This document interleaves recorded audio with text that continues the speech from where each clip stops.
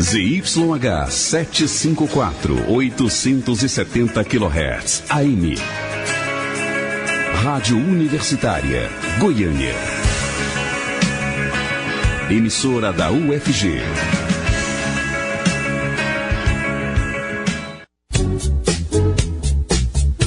Começa agora o Jornal das 6.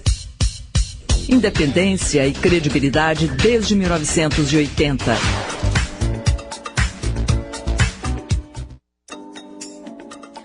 Olá, boa noite para você. Hoje é quinta-feira, 22 de março, e está começando agora na Rádio Universitária o Jornal das 6. Eu sou Isaura Carrijo e fico com você até às 6h30.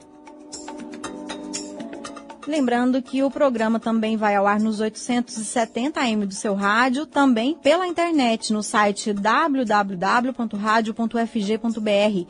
E também você pode acompanhar essa programação da Rádio Universitária durante todo o dia pelo aplicativo Minha UFG.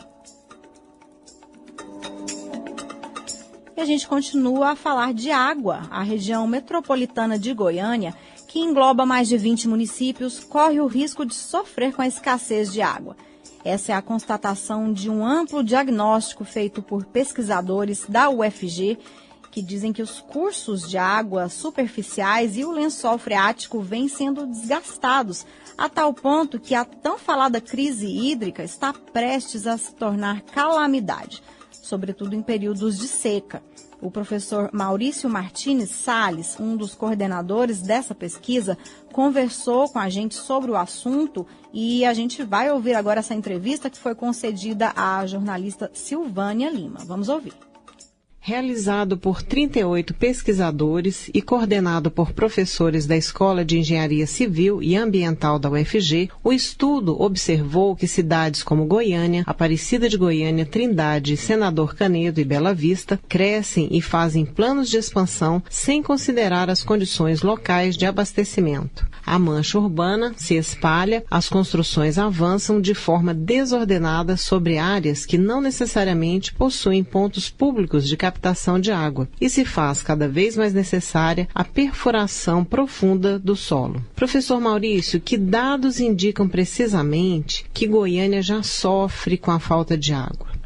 Goiânia, na verdade, é responsável pela captação, e tratamento da água, não só para ela, mas para alguns municípios vizinhos, Então a gente tem que olhar que toda essa água que a gente tem, na verdade, é para abastecer não só Goiânia, mas boa parte da região metropolitana. Então nós temos dois sistemas de abastecimento de água, o Meia Ponte e o João Leite, que funcionam de maneira diferente, O João Leite tem condição de armazenar água e o Meia Ponte não. Então, todos os anos em que a gente tiver uma baixa vazão, como ocorreu no ano passado, nós vamos ter problema, vamos ter crise de abastecimento na região de Goiânia, principalmente na parte mais a norte, noroeste. Nem terminamos ainda o período das chuvas, e já se fala em escassez de água. Por que isso está ocorrendo, particularmente neste ano de 2018? Na verdade, é porque as expectativas hidrológicas é que esse ano não deve ser muito diferente dos anos passados. Nós estamos numa sequência de anos de baixa quantidade de chuva,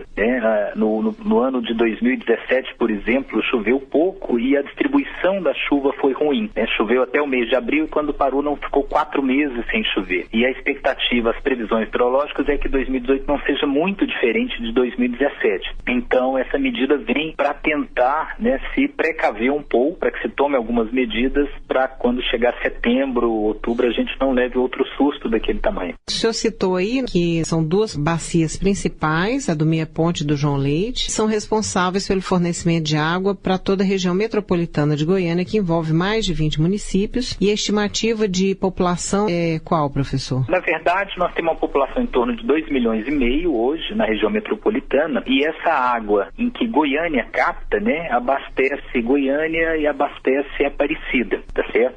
E outros municípios têm solicitado uma participação também, como Senador Canedo e Trindade. Os demais municípios da região metropolitana, que compõem esses 20 aí citados por você, eles têm sistemas de abastecimento próprios, ou captados em rio ou captados em poços de águas profundas. Essas bacias, elas não estão dando para abastecer a capital, né, a população da capital e mais Aparecida, e ela está sendo solicitada por outros municípios. Exatamente, né? Então, nós temos que entender o seguinte, né, que essa água, por exemplo, que Goiânia usa, essa água não nasce no município de Goiânia, né? O Meia Ponte, essa água que a gente capta, vem lá de cima, né? Vem desde Itaúsu, Iumas, Goianira, descendo.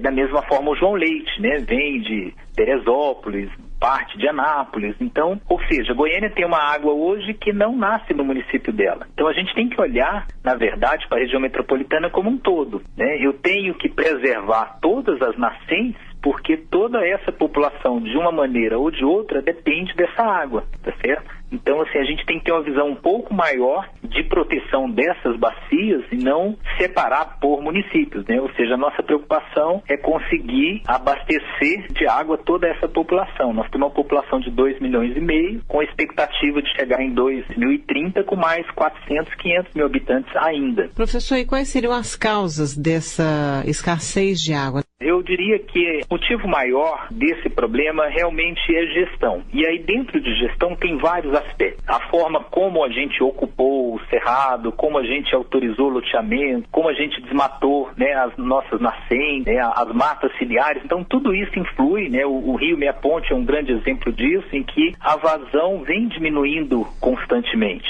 E aí, somando-se a isso, a oscilação que é normal de acontecer de um ano para outro, da distribuição de chuvas, então quando coincide um ano que chove pouco e a gente tem guardado pouco, né? À medida que a gente desmata, por exemplo, uma região, eu facilito que essa água da chuva corra rapidamente para o rio e escoe e não fique armazenado no solo, à medida que eu tiro a vegetação, ou seja, eu estou diminuindo a reservação de toda essa bacia. Então, tudo isso, eu diria que o problema de gestão é sério, né, e tem várias facetas, né? A questão dos empreendimentos imobiliários, né, do desmatamento, da falta de preocupação no cuidado com as nossas bacias é um deles. Uma ferramenta importante para a gestão, professor, é o planejamento. E daí eu pergunto para o senhor, o que ocorre realmente é uma falta de planejamento ou uma falta de respeito ao planejamento? Porque existe o plano diretor de Goiânia, e não sei se existe da região metropolitana, um plano que deveria ter força de lei. O que ocorre realmente? De novo, é um problema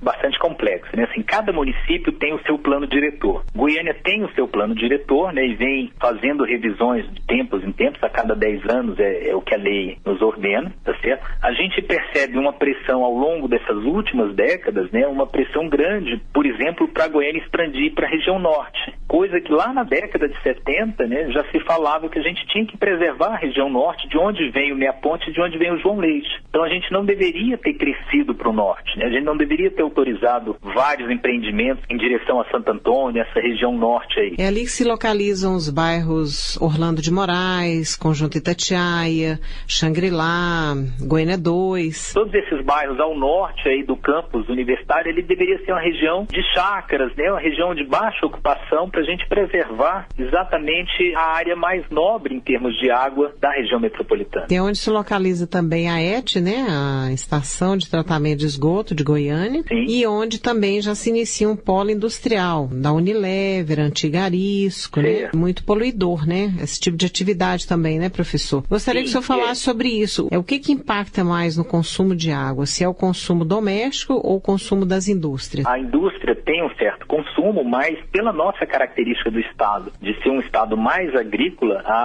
o consumo de água para irrigação, a montante de Goiânia, né, é um dos principais fatores dessa variação da vazão do rio. O estado emite outorgas, né, permitindo determinados produtores a retirar uma certa quantidade de água, mas o que a gente percebeu no ano passado é que essa fiscalização não é tão intensa, né? Ou seja, o governo autoriza, mas ele não tem muitas condições de controlar se realmente aquilo está sendo executado. Então, assim, tem algumas fábricas que retiram realmente uma determinada vazão, mas a parte agrícola é muito maior. A gente precisa de alimentos, sim, mas a gente tem que fazer isso de maneira ordenada para que todos tenham água, né? Então, o que esse decreto vem colocar de maneira legal, né, é deixando bastante claro o que é prioridade dentro de uma bacia quando falta água na bacia, ou seja, o abastecimento humano e o abastecimento animal tem que vir antes de qualquer atividade comercial. residencial. Ainda nos centros urbanos, nós temos a questão da perfuração do solo por poços artesianos, que resolvem um problema particular, mas que em escala, ou seja, a perfuração sequencial de poços, pode prejudicar o fornecimento de água. Tem sido uma prática recorrente? Sim, é um problema sério, né? E a gente, de novo, não vê ainda uma regulação sobre esse problema, tá certo? A gente já tem vários exemplos desses 20 municípios na região metropolitana, onde a captação de água de rios, né, já se tornava bastante difícil e a concessionária já fez poços para alimentar a cidade. Então a gente tem várias cidades que são 100% abastecidas por poços. E à medida que uma pessoa, um determinado particular, vem e faz um outro poço dentro, nas proximidades dos anteriores, ele afeta a vazão de todos os demais, né? Ou seja, aquela vazão que eu tinha no ano passado, eu posso não ter esse ano com a construção dos novos poços. E isso é um problema sério e é um problema difícil de ser controlado, porque é um poço que está enterrado, né? Ninguém está vendo, e quando se vê, normalmente se vê a consequência primeiro. Agora, diante desse cenário, que possíveis soluções, né, esse estudo, essa pesquisa que foi realizada aí pelo UFG apresenta? O que a gente mais chama atenção é que o foco maior a ser atacado é a questão de gestão e de preservação das bacias. Gestão, acho que a gente tem que tomar uma medida rápida de reorganizar como é que a gente usa essa água, como que pode se usar. Um exemplo simples, né? Basta a gente olhar o resto do planeta. Onde você tem muita água, você pode fazer o uso dela, você pode fazer uso de sistema de plantações da forma como você quiser, usando pivô, etc, etc. Numa região onde começa a faltar água, você tem que repensar como é que você planta. Olha o Nordeste nosso, lá não se tem pivô, né? Lá é um sistema de gotejamento, usando ali uma quantidade muito menor de água e feita toda uma readequação do que a gente deveria plantar. Se uma determinada cultura exige muito água, ela não poderia estar numa zona carente como essa zona a norte de Goiânia. Então, assim, a gente tem que repensar toda a ocupação da área, a gente tem que repensar o gerenciamento de como os órgãos governamentais poderão controlar isso, que ferramentas que eles vão utilizar, e eu acho que está passando de hora da gente entender que a cidade precisa de novos loteamentos, tudo bem, né? Nem são tantos assim, a gente tem uma quantidade de lotes vagos imensa, mas o que os novos loteamentos venham em regiões mais adequadas e não nas regiões mais frágeis. A gente tem que entender que sem água a cidade não anda. A preservação da água é um bem maior nosso. Ou é isso ou não é nada em poucos anos. Tá bom, nós conversamos com o professor Maurício Martinez Salles. Muito obrigada, professor, pelos seus esclarecimentos sobre essa triste ameaça de escassez de água em Goiânia. Ok, o prazer é nosso em atender mais esse bate-papo, mas a gente deixa essa mensagem realmente que ou a população abraça esse problema e corre atrás da solução, ou não adianta ficar esperando que São Pedro mande mais água a cada novo ano, né? Obrigado. Jornal das 6, nas ondas da Rádio Universitária desde 1980. Sintonize.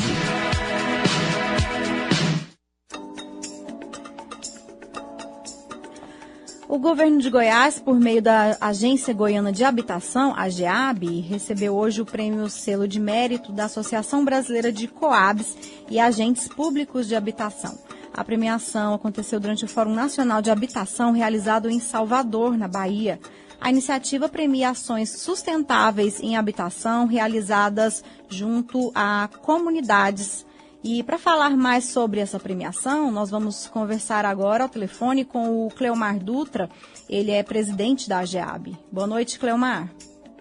Boa noite, Zaira. Boa noite, ouvintes.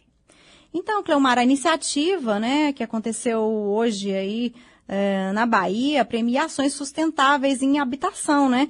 Explica aí para o nosso ouvinte como foi o desenvolvimento desse projeto da AGEAB aqui junto à comunidade Calunga. Bom, nós ganhamos na modalidade de construção de moradias, né, habitacional e social, né, com sistemas alternativos para comunidades isoladas, né? Sim. E nós fizemos um trabalho lá em Cavalcante com os Calungas, onde com a enchente que teve lá no ano passado, algumas casas foram destruídas, né? E nós fomos lá, o governo do estado, a AGEAB, com o recurso de Chaconadia, reconstruir algumas casas.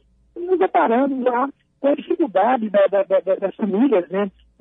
Onde, quando pelo fato de ser isolado, não terem recursos de energia, né? a gente aplicamos, fizemos aí um projeto e construímos, né, lá no caso 27 moradias, onde nós aplicamos a tecnologia sustentável, né, e inclusive levamos energia solar para as comunidades. E dentro dessa categoria, então, aí a AGEAB levou essa premiação? Exatamente. Mais um prêmio que nós fazemos para Goiás, dentro de programas sociais, moradias, né, de baixo custo, sustentáveis para as famílias goianas. Uhum. E a equipe técnica da AGEAB participou também das discussões, né, desse Fórum Nacional de Habitação de Interesse Social, que reuniu dirigentes, secretarias também de habitação de estados e municípios de todo o Brasil, né? Esse ano o fórum discutiu temas como o programa Cartão Reforma, né? Esse programa tem dado resultados positivos aqui em Goiás? Bom, nós da AGEAB, né, nós abraçamos essa causa e queremos que dê certo em Goiás. Saiu o primeiro edital no final do ano passado, onde não tivemos o enquadramento foi pequeno, né? Mas o Ministério da Cidade lançou o edital número 1 em 2018, onde abriu para os 246 municípios. E nós, com a nossa equipe técnica lá da AGEAB, tomamos a decisão, fomos ao Ministério, fizemos um treinamento para poder conhecer o programa, porque nós verificamos que os municípios, né, principalmente os menores, estão com muita dificuldade para se cadastrar, seguir passo a passo que o programa exige e cadastrar para poder trazer esses benefícios para a sua cidade. Então, nós começamos hoje, reunimos, nós já tínhamos feito isso no final do ano passado, mas hoje nós começamos novamente a reunir com os prefeitos e hoje nossa equipe está com treinamento técnico, operacional. Sim. Com o computador ligado, o técnico da prefeitura, nós orientando, verificando qual que é a dificuldade, ajudando para que o município possa ter acesso a esse benefício, que é um benefício a fundo perdido para a comunidade carente, em qualquer cidade do estado. Então explica para o nosso ouvinte aí que se interessou pelo assunto, como é que funciona o programa Cartão Reforma? Bom, o Cartão Reforma, quero aproveitar, ele foi copiado, né, do nosso programa Cheque Reforma aqui do estado de Goiás, né? Nós temos Cheque Moradia, o governo viu o sucesso que inclusive dentro da reforma, o governo do estado de Goiás, ele copiou e levou isso para o governo federal. Né? O Cartão Reforma, como que ele funciona? O governo soltou o edital para que o município se cadastrasse. Tem algumas regrinhas, de acordo com o porte, o tamanho do município, a quantidade de cheques de Cartão Reforma que o município pode ter acesso. Certo? Sim. Por exemplo, municípios até 50 mil habitantes, ele pode ter direito até 150 cartões de reforma. Certo? Sim. E para o município ter acesso, como que funciona?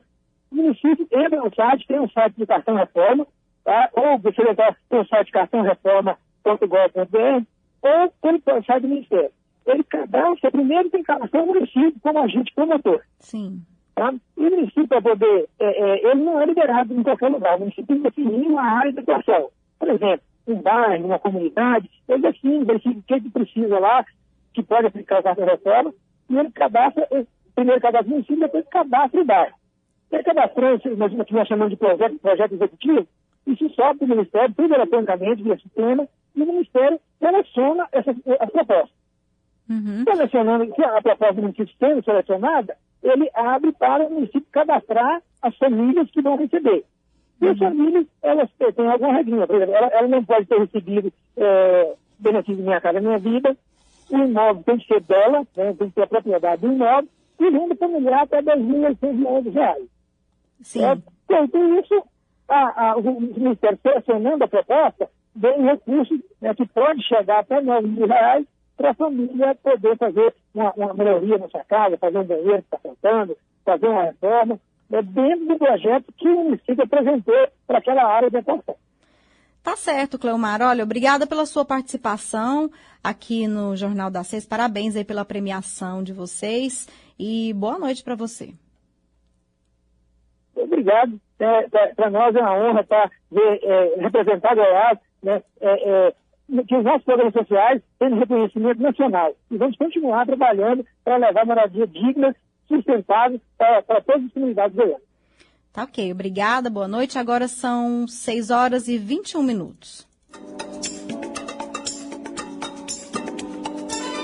Estamos apresentando Jornal das 6. Para você começar bem o dia. Alvorecer, o melhor da música instrumental na Universitária. De segunda a sábado, sempre às 6 da manhã. Mais um programa com a marca de qualidade da Rádio Universitária.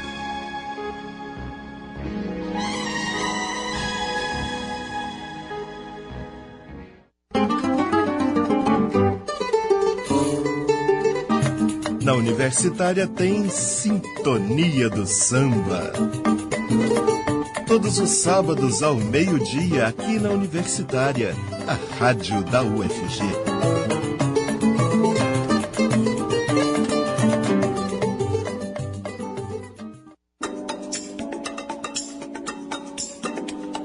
Voltamos a apresentar o Jornal das 6.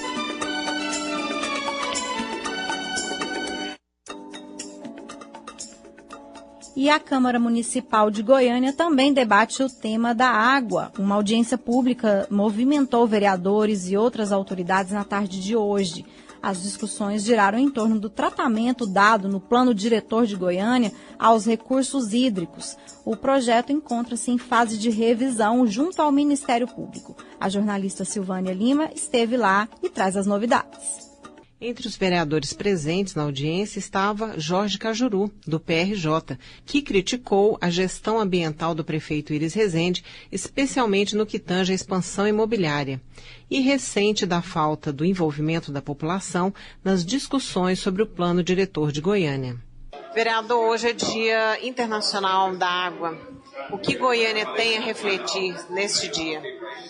Bem, Silvânia, ouvintes da Rádio Universitária, Goiânia e Goiás têm que refletir sobre rigorosamente tudo, tem que recomeçar tudo, entender que este governo que aí está não tem a menor preocupação com o meio ambiente, consequentemente com a água. Aí está o retrato do que é hoje a Saniago, infelizmente, que chega ao ponto do governador querer vender parte dela, né? 25% dela, né?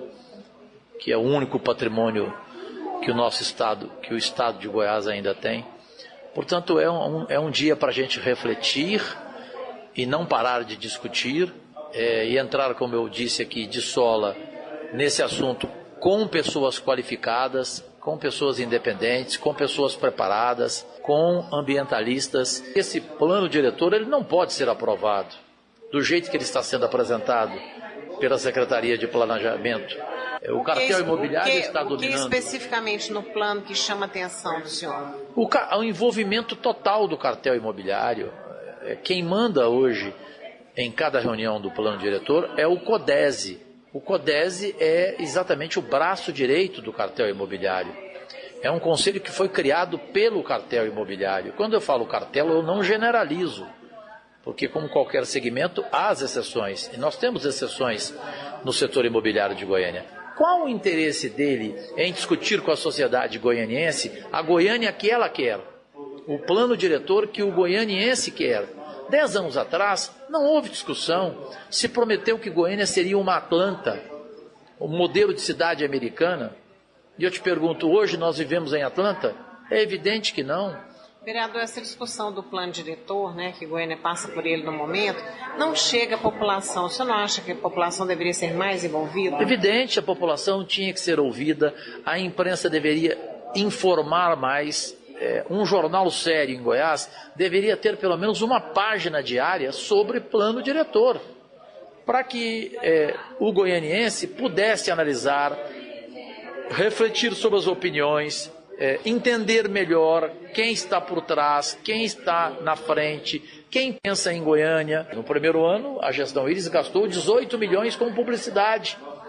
E qual a publicidade que o Iris tratou de plano diretor? Nenhuma. Em nada a prefeitura mostrou para a sociedade o que ela está discutindo sobre o plano diretor. O plano diretor está sendo discutido de uma forma escondida, blindada.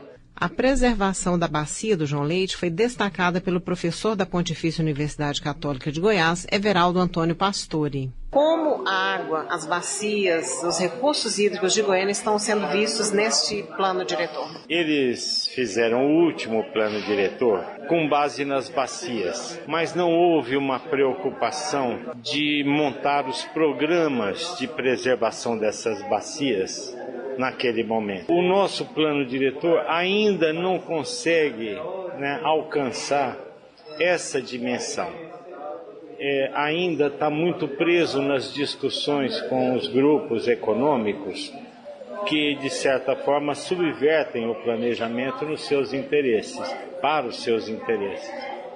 Então, o plano diretor ainda não chega a montar uma proposta, de tornar os rios como parte de um patrimônio importante, do seu território.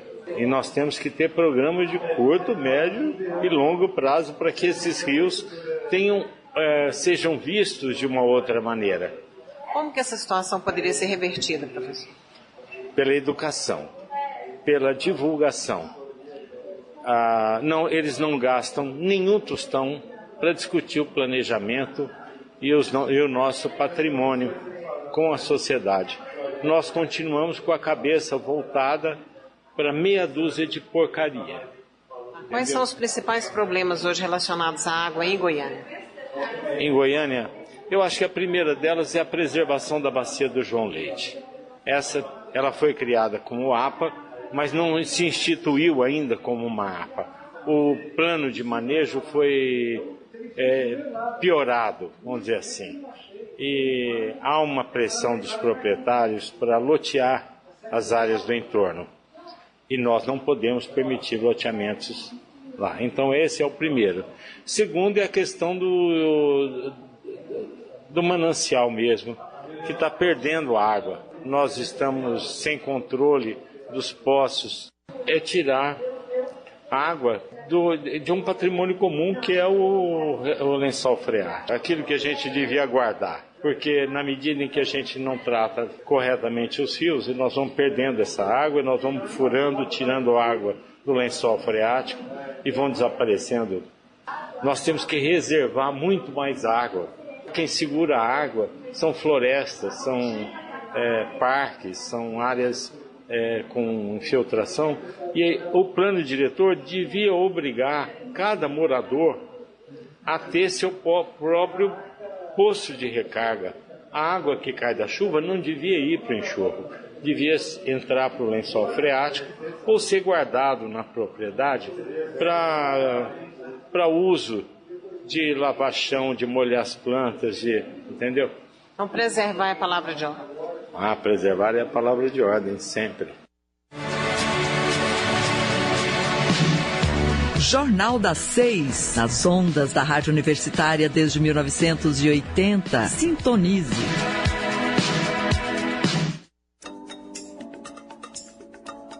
E com essa entrevista aí sobre o Dia Mundial da Água, a gente encerra o Jornal das 6 desta quinta-feira, dia 22 de março de 2018.